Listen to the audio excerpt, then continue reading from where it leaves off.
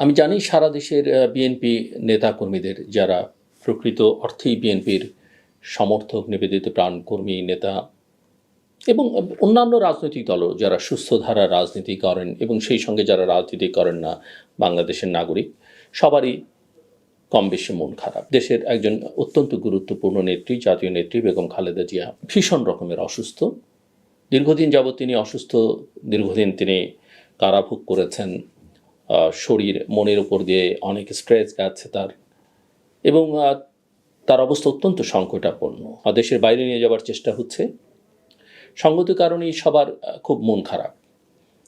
রাষ্ট্রপতি তার জন্য দোয়া চেয়েছেন, প্রধান উপদেষ্টা তার জন্য দোয়া চেয়েছেন, উপদেষ্টা পরিষদে তার জন্য দোয়া চাওয়া হয়েছে, সারা দেশের মানুষ তার জন্য দোয়া করেছেন। বাংলাদেশের গণতান্ত্রিক সংগ্রামে বেগম জিয়ার যে অবদান, আপসহীন অবদান, সেটা সবাই অত্যন্ত শ্রদ্ধার সঙ্গে স্মরণ করেন। তিনি তিনবারের প্রধানমন্ত্রী ছিলেন, বিরোধী দলের নেত্রী ছিলেন, এবং ব্যক্তিগতভাবে এই নেতৃত্বে থাকাকালীন সময়ে কখনো কোনো রকমের বিতর্কের মধ্যে তিনি নিজেকে জড়াননি, কোনো রকমের অপ্রাসঙ্গিক কথাবার্তা বলে নিজেকে খেলো করে তোলেননি, অন্তত তার যারা প্রতিদ্বন্দ্বী ছিলেন তাদের তুলনায়। এই খারাপ সময়েও যেহেতু আলোচনাটা রাজনৈতিক বিষয় নিয়ে আমার, এবং যেহেতু তার জন্য দোয়া করা ছাড়া ব্যক্তিগতভাবে আমার কিছু করবার নেই, তাকে সুস্থ করবার দায়িত্বটা সম্পূর্ণরূপে তার চিকিৎসকদের উপরে এবং সৃষ্টিকর্তার উপরে নির্ভর করে। রাজনৈতিক বিষয়ে কিছুটা আলোচনা করতেই হচ্ছে, এবং মূল কথা যেটা আমি বলতে চাইছি, যেটা আমি অনেক দিন ধরে বলছিলাম, যে ফেব্রুয়ারি মাসে বর্তমান সরকারের অধীনে আমি কোনো নির্বাচন দেখি না। আমি আমার কথার আবারও পুনরাবৃত্তি করছি। আমি বরাবরই বলে এসেছি, যদি কোনো নির্বাচন হয় সেটা একটা ফার্সিক্যাল ইলেকশন হবে, সেটা হয়তো 2014, 18 বা 24, কিংবা তারও পেছনে যদি যাই 1996 সালের ফেব্রুয়ারি, কিংবা 1986, 1988-র মতো একটা নির্বাচন হবে। এবং আদতেই আমি এখন আর কোনো নির্বাচন দেখি না।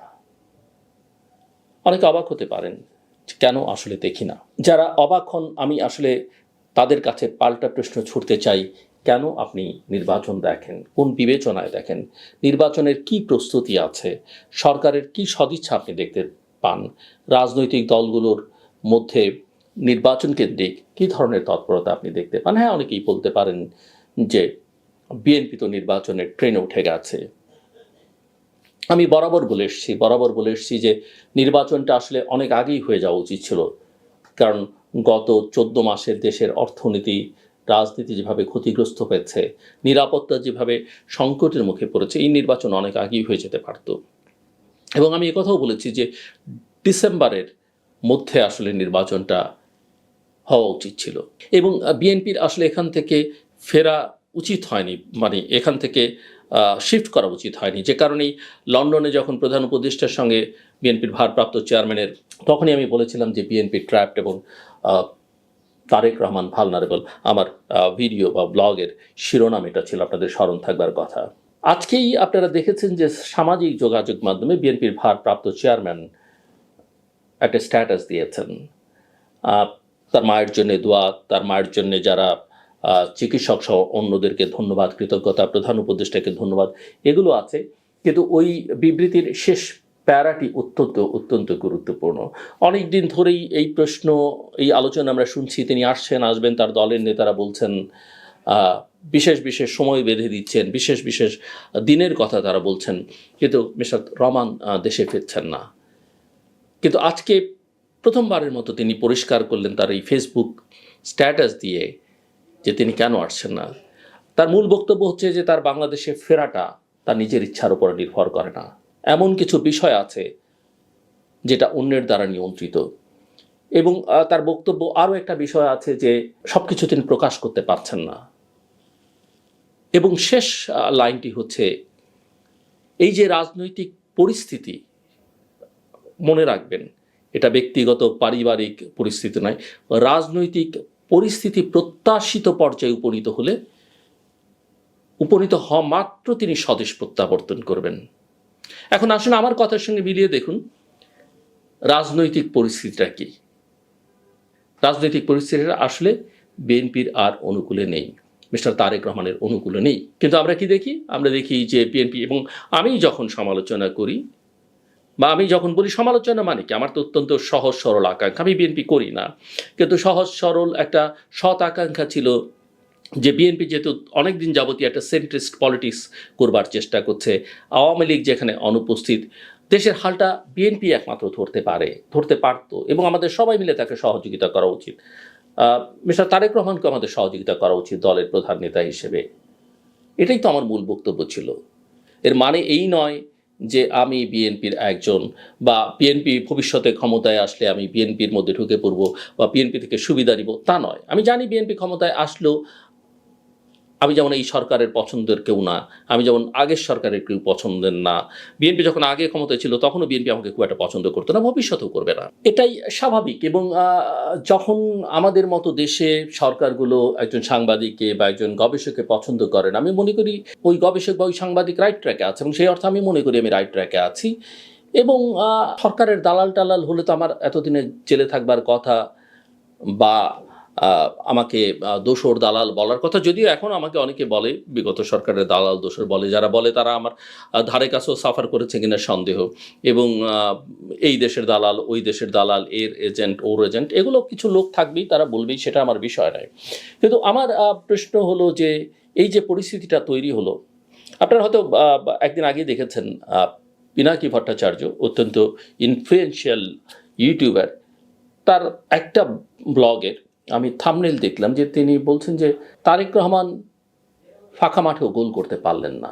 আমি ওনার ভিডিওর কন্টেন্ট পক্ষে বিপক্ষে কোনো কথার মধ্যে না যাই, বরং আমি বলি যে এই শিরোনামটা মোটামুটিভাবে একার্থে ঠিক, কিন্তু আমি একটু তার সঙ্গে অ্যাড করতে চাই, ফাঁকা মাঠে না, আসলে মাঠটা যদি ভরাও থাকতো, তীব্র প্রতিদ্বন্দ্বিতাপূর্ণ যে প্রতিযোগী বা প্রতিদ্বন্দ্বীদের আমরা এতদিন বিএনপির দেখেছি, তারাও যদি মাঠে থাকতো, তাহলেও বিএনপি ভালোভাবে গোল করে সবকিছু নিজের নিয়ন্ত্রণে নিতে পারতো। এটা আসলে ওই মাঠ ফাঁকা আর মাঠ ভরার ইস্যু না। বিএনপির যে শক্তি সামর্থ্য, তার যে সমর্থক গোষ্ঠী, এবং তার বাইরে যে পরিস্থিতি, ইতিবাচক যে অনুকূল একটা পরিস্থিতি তৈরি হয়েছিল দেশের সমস্ত কিছু তার নিয়ন্ত্রণ করবার।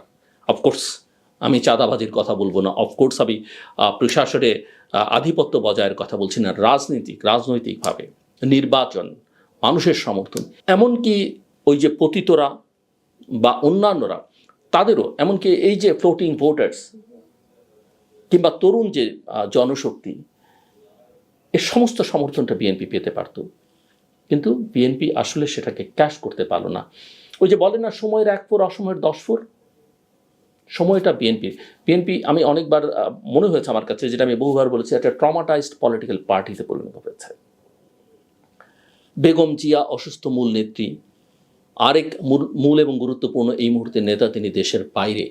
এর বাইরে যে নেতৃত্ব, আমি সবাইকে বলছি না, উইথ ডিউ রেসপেক্ট, আমার কাছে মনে হয়েছে যে অফকোর্স বিএনপির, আমি যারা মন দিয়ে বিএনপিকে ভালোবাসেন কর্মীদের কথা বলছি না, তারা আসলে রাজনীতিটা করছেন না।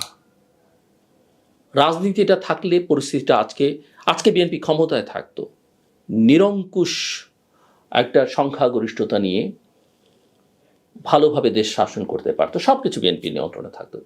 কিন্তু আমার কাছে মনে হয়েছে যে কিছু ছোটোখাটো ব্যতিক্রম বাদ দিয়ে বিএনপির একটা নেতৃত্বের বড় অংশই আসলে বিএনপিকে তারা দেখছেন একটা ডিম পাড়া হাঁস হিসেবে,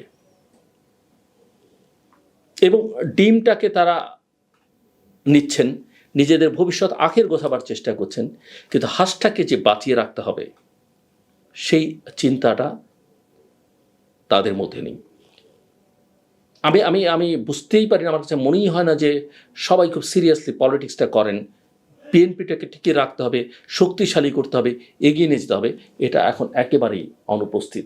অথচ তাদের জন্যে এত সুবর্ণ সুযোগ বিএনপির রাজনৈতিক ইতিহাসে কখনো আসেনি। সবার শ্রদ্ধা পাওয়া, ভালোবাসা, রাইট ডিরেকশনে দেশটাকে নিয়ে যাওয়া, 54 বছরে যত আজে বাজে কাজ আমরা সবাই মিলে করেছি, সেগুলো থেকে একটা ভালো জায়গায় নিয়ে যাবার যে সুযোগ বিএনপির কাছে এসেছিল, সেটা তারা হেলায় নষ্ট করেছেন। আমি জানি না ভবিষ্যৎ কি, নির্বাচন দেখি না। আবারও বলি, এই সরকারের অধীনে নির্বাচন হতে পারে 3 মাস পরে, 6 মাস পরে, এমনকি ফেব্রুয়ারির আগেও হতে পারে, সময় নেই, কথার কথা বলছি। কিন্তু এদের অধীনে আসলে কোনো নির্বাচন এদের পক্ষে করা সম্ভব না। এরা নানা চক্রের মধ্যে ঢুকে পড়েছে, নানা ষড়যন্ত্রের মধ্যে লিপ্ত হয়ে পড়েছে। বিএনপি সেই টোপে করেছে। এখন দেখেন, গত বেশ কিছুদিন আমরা দেখলাম জামাত, বিএনপি, এনসিপি সবার হইচই, ওর সঙ্গে জোট করছে, এটা করছে, ওটা করছে। গত কয়েকদিন ধরে সব কিছু থমথমে, অতি উত্তেজনাজনক, বিপজ্জনক, অতি থমথমে ভাবটাও কিন্তু ভয়ঙ্কর। সংকট সেখানেই। এর মধ্যে আমরা দেখছি আমাদের নিরাপত্তা উপদেষ্টা কখনো দোহায়, কখনো যুক্তরাষ্ট্রে, কখনো দিল্লিতে ছুটাছুটি করছেন। মার্কিন ভারপ্রাপ্ত রাষ্ট্রদূতের সঙ্গে তার বৈঠকের খবর কোনো একটি কাগজ আজকে দেখলাম। নানা বিষয় নিয়ে তারা কথা বলছেন, বলতেই পারেন, কিন্তু মূল কথা ওদিক থেকে সাবেক প্রধানমন্ত্রী শেখ হাসিনা, যাকে দেশ ছেড়ে পালিয়ে যেতে হয়েছিল, তিনি অসংলগ্ন কথাবার্তা বলছেন। তারও কোনো রাজনীতি নেই। এই রাজনীতিটা আসলে গত 14-15 বছর তিনি করেননি। তিনি আমলা, পুলিশ, অন্যান্যদের উপরে নির্ভর করেছেন। নির্ভর করে দলটাকে শেষ করেছেন, দেশটাকে তো একেবারেই শেষ করেছেন। কিন্তু দলটাকে, এই যে তাদের লক্ষ লক্ষ নেতা কর্মীর জন্য একটা নিরাপদ জীবন তৈরি করার, এখান থেকে একটা শিক্ষা নিয়ে দলটাকে আবার পুনরুজ্জীবনের যে একটা চেষ্টা করা উচিত, সুস্থ ধারার একটা রাজনীতি মাপটাপ চেয়ে করা উচিত, বা কাউকে সামনে ঠেলে সেটা তিনি করছেন না। ক্রমাগত তিনি অসংলগ্ন কথাবার্তা বলে যাচ্ছেন, এবং আমি মনে করি তার নেতা কর্মীদের, দলটাকে আরও বেশি ঝুঁকির মধ্যে তিনি ফেলে দিচ্ছেন। সব মিলিয়ে আমি মনে করি, এবং দেশের অর্থ আমি মনে করি যে রাজনীতি আদালত দিয়ে যেটা শেখ হাসিনা করেছেন, কিংবা এক্সিকিউটিভ অর্ডারে নিষিদ্ধ করা যায় না। রাজনীতি নিষিদ্ধ করা বা কাউকে রাজনীতি করতে দেয়া, তার জন্য পথ অবারিত করে দেয়া, সেটা জনগণের কাজ, এবং জনগণকে সেই সুযোগটা করে দেওয়াই হচ্ছে সরকারের কাজ। সেটা বাংলাদেশে অনুপস্থিত। তো আমার কাছে মূল কথা হচ্ছে যে আগামী কয়েকদিন, কয়েক সপ্তাহ বাংলাদেশের জন্য তো বটেই, এমনকি দক্ষিণ এশিয়ার জন্য অত্যন্ত ঘটনাবহুল হয়ে উঠতে পারে, এবং সেই ঘটনাবহুল পরিস্থিতির মধ্যে বাংলাদেশ কোথায় গিয়ে দাঁড়াবে আমরা কেউই জানি না। কিন্তু এখানে যদি একটা জনগণের সরকার থাকতো, নির্বাচিত সরকার থাকতো, এখানে যদি একটা সঠিক রাজনীতি থাকতো, পরিস্থিতিটা অন্যরকম হতে পারত। তারপরও প্রত্যাশী আমরা, হয়তো ধ্বংসস্তূপের মধ্য দিয়ে মানুষ ঘুরে দাঁড়ায়, একটা দেশ ঘুরে দাঁড়ায়, একটা খারাপ পরিস্থিতির মধ্যে একটা ইতিবাচক ধারা তৈরি হয়, সেটার জন্য আমাদের আসলে অপেক্ষা করতে হবে। বিএনপি কথায় আবার ফেরত আসি, ওই যে অনেক সময় আমরা বলি যে ঘুমিয়ে স্বপ্ন দেখা আর জেগে স্বপ্ন দেখার মধ্যে পার্থক্য। স্বপ্ন দেখতে হয় জেগে, ঘুমিয়ে আপনি স্বপ্ন দেখতে পারেন, সেই স্বপ্ন আপনি নিয়ন্ত্রণ করতে পারবেন, কিন্তু জেগে থেকে যে স্বপ্ন মানুষ দেখে, সেই স্বপ্ন তার নিয়ন্ত্রণ করবার সক্ষমতা থাকে। বিএনপি যে ক্ষমতায় যাবার বা নির্বাচনে বিজয়ী হবার যে স্বপ্ন তার নেতাকর্মীদের, সেটাকে নিয়ন্ত্রণ করবার চেষ্টাটা বিএনপি করেনি। শুধু স্বপ্ন দেখলে হয় না, জেগে থেকে সেই স্বপ্নকে বাস্তবায়ন করবার জন্য শ্রম দিতে হয়, কাজ করতে হয়, চিন্তা করতে হয়, সেটাই অনুপস্থিত দেখেছি আমি। সব কথা শেষ কথা, যা হবার তা তো হবেই। আমরা যতটা পারি আমাদের অনুকূলে পরিস্থিতিটা নিয়ন্ত্রণে নেবার চেষ্টা করব, কিন্তু আমরা সবাই দেশের অত্যন্ত গুরুত্বপূর্ণ একজন নেত্রী, যিনি বাংলাদেশের জন্য কাজ করেছেন দীর্ঘকাল, বেগম খালেদা জিয়া। আসুন সবাই মিলে আমরা দল মত নির্বিশেষে সবাই মিলে তার জন্য দোয়া করি, তার আরোগ্য কামনা করি, তিনি সুস্থ হয়ে উঠুন। হয়তো তিনি আগের মতো আর রাজনীতিতে অ্যাক্টিভ হতে পারবেন না, কিন্তু আমাদের পরিবারের অভিভাবক, আমাদের বাবা মারাও যখন অসুস্থ হয়ে যান এবং মৃত্যু সজ্জায় থাকেন, কোনোভাবে বেঁচে থাকাটাও সন্তানদের জন্যে অনেক সময় একটা বড় শক্তি। আমি মনে করি অন্তত দেশের জন্য তিনি, অবশ্যই বিএনপির জন্য তো বটেই, দেশের জন্য তিনি একটা বড় শক্তি, এবং তিনি সুস্থ হয়ে উঠুন, এই দোয়া আমরা সবাই মিলে করি। আমার কথা শুনবার জন্য আপনাদের অসংখ্য ধন্যবাদ। আপনাদের সবার জন্য শুভকামনা।